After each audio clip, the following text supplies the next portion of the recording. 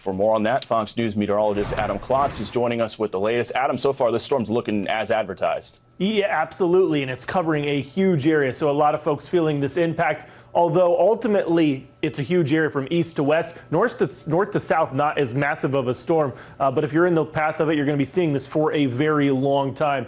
One of the spots that was really initially hit right back across the plains. This is Kansas City. You're looking at a whole lot of places that at this point are near blizzard conditions. They've been dealing with blizzard-like conditions all day, which is really just talking about very heavy snowfall and wind that blows the snow and makes visibility almost down to zero. Really dangerous conditions. The blizzard warnings are still in place. Largely they're back across Kansas, but getting into Missouri as well. You see some ice storm warnings. That's everything in that deeper purple shade. That will be really dangerous.